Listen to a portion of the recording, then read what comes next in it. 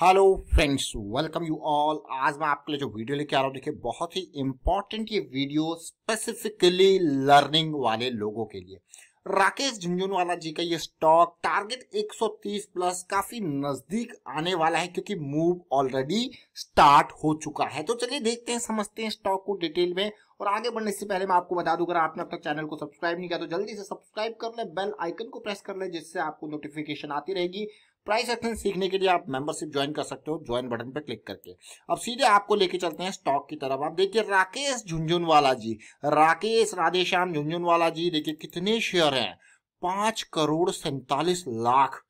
राकेश रेखा झुनझुनवाला जी, इनके नाम पे कितने हैं, 2 करोड़ 10 लाख। आप कहोगे भाई कितने शेयर हैं, टोटल मिला के 5 करोड़ 2 करोड़ 7 7.5 करोड़ शेयर है राकेश झुनझुनवाला जी के पास। अगर 100 रुपए का एक शेयर है तो कीमत कितनी हो गई, 700 करोड़ से ऊपर की। स्टॉक कौन सा है उसको भी देखेंगे, समझेंगे। स्टॉक है फेडरल बैंक लिमिटेड। आज की डेट में 21,000 करोड़ का मार्केट कैपिटलाइजेशन, पी के टर्म्स में अगर आप देखोगे तो सब कुछ बिल्कुल undervalued. Profit growth, sales growth सब कुछ है, फिर भी स्टॉक अंडर वैल्यूड है। आपको क्या ऐसा कैसे हो रहा है ये? इसीलिए हम आपके लिए वीडियो लेके आए थे।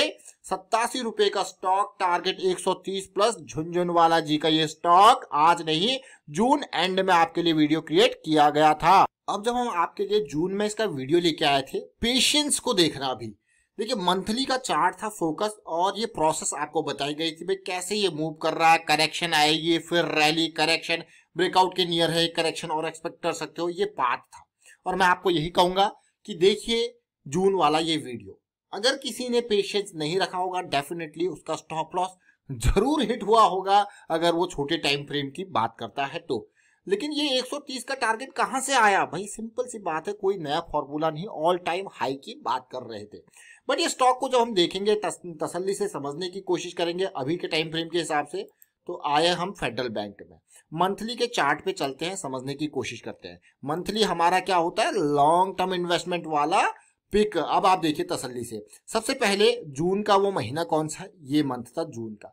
उसके बाद 3 महीने की और टाइट कंसोलिडेशन, मैं कहूंगा साथ के साथ कम वॉल्यूम के साथ। आपको कि ये हो क्या रहा है, यही तो निशानी होती है। चाहे आप मंथली पे देखो, डेली पे देखो, कंसोलिडेशन लोअर वॉल्यूम के साथ, ये सबसे बड़ा दोस्त आपका है। ओवरऑल अगर आप देखोगे तो इतनी बड़ी रैली के बाद कितने महीने की करेक्शन, में इन सबको करेक्शन का महीना मान के अगर चलूं तो सीधे सीधे आप देख सकते हो 6-7 महीने की करेक्शन। 7 से 8 महीने के बाद अब जाके इस मंथ में, अक्टूबर मंथ में ये मूव स्टार्ट हुआ। अब आपको कितना ज्यादा पेशेंस रखना पड़ता है। देखिए पेशेंस इज द की। अगर आप लॉन्ग टर्म पर्सपेक्टिव यानी मंथली और वीकली टाइम फ्रेम को देखते हो तो यहाँ पे पेशेंस बहुत बड़ी चीज होती है। क्यों? क्योंकि जब आप देखते हो, यहाँ पे देखिए हमारी एक्सपेक्टेशन जून में भी थी कि ये एरिया कभी भी ब्रेकआउट हो सकता है, लेकिन नहीं, इसने और टाइम यहाँ पे लिया। बल्कि एक नहीं, मैं कहूंगा 3 महीने, जुलाई, अगस्त और सितंबर, 3 महीने का और टाइम लिया इस बड़े मूव को देने से पहले। लेकिन इस बड़े मूव को देने से पहले आप देखोगे अब जो चीजें जो है वो स्टार्ट हो चुकी हैं। जैसा कि पिछली रैली में सीधे 45 से 90 तक का सफर तय किया था, फिर एक करेक्शन, और अब ये सफर सीधे कहा 130 तक का। लेकिन इन बिटवीन दिस आपको कैसे अपॉर्चुनिटी मिलेंगी? Fractal nature of market. अब आप कहोगे ये क्या है? यही तो फ्रैक्टल नेचर ऑफ मार्केट है। एक इंपल्स जब भी स्टार्ट होगी आने वाले टाइम पे, उसके लोअर टाइम फ्रेम्स आपको करेक्शंस देंगे, वो आपको अपॉर्चुनिटी इस तरीके से देंगे, और वो छोटी छोटी अपॉर्चुनिटी भी आप ग्रैब कर सकते हो।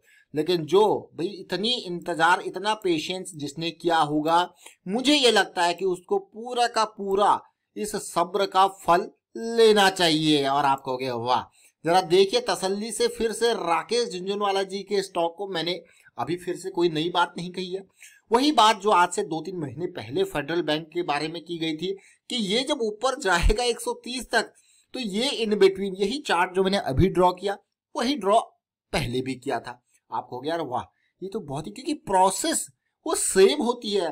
चाहे आप किसी स्टॉक में अपर सर्किट की बात करो या फिर लोअर सर्किट की बात करो, अगर आप प्रोसेस को फॉलो करोगे और रिस्क को मैनेज करोगे, डेफिनेटली अपर सर्किट्स को आप इजीली आपके रास्तों में आते रहेंगे। आप ऐसा नहीं कि किसी स्टॉक को अपर सर्किट के लिए बाई करते हो, नहीं, आप प्रोसेस के हिसाब से उसको बाई करते हो, रिस्क को मैनेज करते हो, और उसके बाद अपर सर्किट तो रास्ते में आते रहते हैं। आपको कि वाह यार, ये तो बहुत ही अच्छी बात है। फिर से लेके चलूंगा आपको मैं यहाँ पे फेडरल बैंक के ऊपर। अब यहीं पे नहीं रुकेंगे, छोटे टाइम फ्रेम पे जाएंगे, समझने की कोशिश करेंगे। और आप देखिए किस तरीके से जून के महीने में ये एमएसीडी की मंथली की लाइन ऊपर आ रही थी और उसके बाद फिर से इसने कंसोलिडेशन दिया, अब तो बड़ा धमाका स्टार्ट कर दिया और आरएसआई भी सेंटर लाइन से ऊपर जाने लग गया है। वीकली चार्ट को समझते देखिए, वीकली चार्ट बहुत ही अच्छी चीज जो मुझे लगी वो है 200 को पार किया, 200 का सपोर्ट, ये बहुत ही बढ़िया। याद रखें किसी भी टाइम फ्रेम को अगर आप देखते हो 200 एक बहुत बड़ा प्लेयर होता है। ये 200 एसएमए की लाइन है, बहुत बड़ा प्लेयर, और इसके बारे में हमने काफी डिटेल में चर्चा कर रखी है मेंबरशिप वाली सीरीज में, आप उसको देख सकते हो। काफी डिटेल में काफी बढ़िया तरीके से समझा रखा है 200 एसएमए के बारे में। और आप देखिए पिछला इंपल्स, बढ़िया वॉल्यूम। अब इस पूरे लेग को देखिए जो कि जून से लेके 2 से 3 महीने तक चला, देख रहे हो ये क्या है। दिस इज ऑलमोस्ट मैं कहूंगा in comparison to the impulse low volume consolidation या लो वॉल्यूम करेक्शन।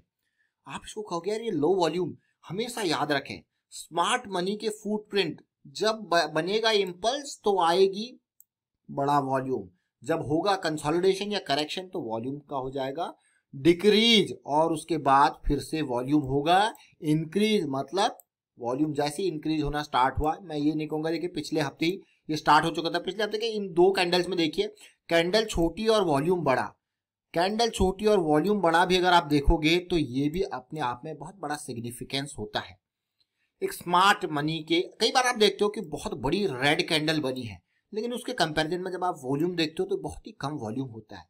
तो वो क्या होता है, वो आपको एक मैं कहूंगा सिग्नल दिया जाता है, भैया हम तो छोटे ही, हम तो बस प्राइस को गिरा रहे थे। This is artificial manipulation. कई लोग उसको ऑपरेटर कह देते हैं, लेकिन हम इन सारी चीजों को स्मार्ट मनी का टर्म दे देते हैं। तो ऑपरेटर कहना, भैया ऑपरेटर तो कोई भी है, लेकिन हम इसको क्या टर्म दे देते हैं, स्मार्ट मनी।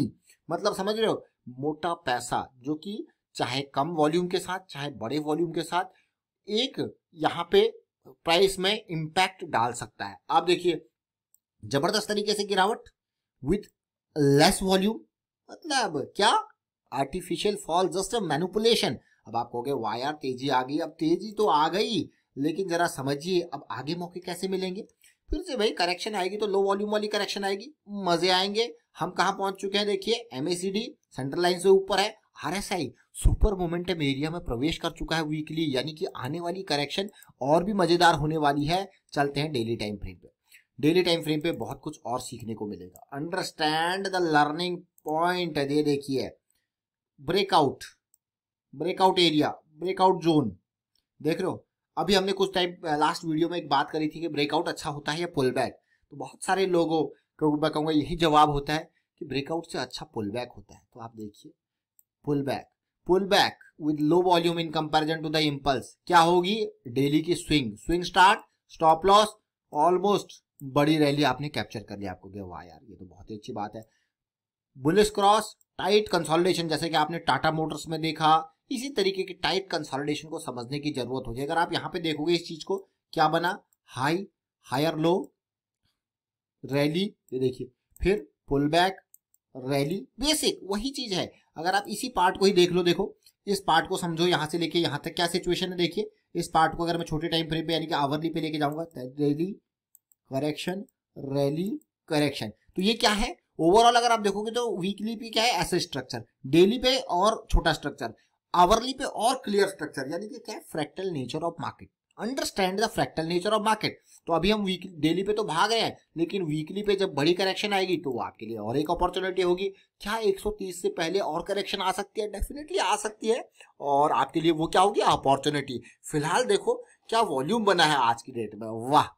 जरा देखिए, अब आप एक बात तो समझ गए होंगे, स्टॉक कोई सा भी हो भाई, जब आप मंथली और वीकली टाइम फ्रेम के हिसाब से चलते हो तो पेशेंस की बहुत ज्यादा इंपॉर्टेंस होता है। और साथ के साथ एक और बात शेयर करना चाहूंगा पेशेंस के साथ, क्योंकि आपके जो रिस्क होता है, स्टॉप लॉसेस होते हैं, या फिर मैं कहूँगा एग्जिट का क्राइटेरिया होता है, अगर चीजें आपके प्लान के अकॉर्डिंग नहीं तो काफी डीप होता है। तो पोजीशन साइज को अगर आप कम रखोगे ना तो फिर आपको डर नहीं लगेगा, क्योंकि आप मंथली के हिसाब से चल रहे हो और रिस्क आपका थोड़ा डीप है, तो you can reduce your position size, क्योंकि काफी डीप होने की वजह से स्टॉप लॉस जो है काफी डीप होने की वजह से आपका पोजीशन साइज कम होगा, तो फिर आपको डर नहीं लगेगा, आपको बड़ा लॉस कभी नहीं होगा। और जब पोजीशन साइज भी अगर आपका कम है डेफिनेटली तो बड़ा मूव आप कैप्चर कर पाओगे, फिर उससे आपका प्रॉफिट जो है वो चीजें आपको बैलेंस करेंगी। फिलहाल मैं वाइंड अप करता हूँ इस वीडियो को और उम्मीद करता हूँ वीडियो आपको अच्छा लगा होगा। अच्छा लगा तो शेयर जरूर कीजिए, लाइक कीजिए, प्राइस एक्शन सीखते रहिए, प्रैक्टिस करते रहिए and thank you for watching the video.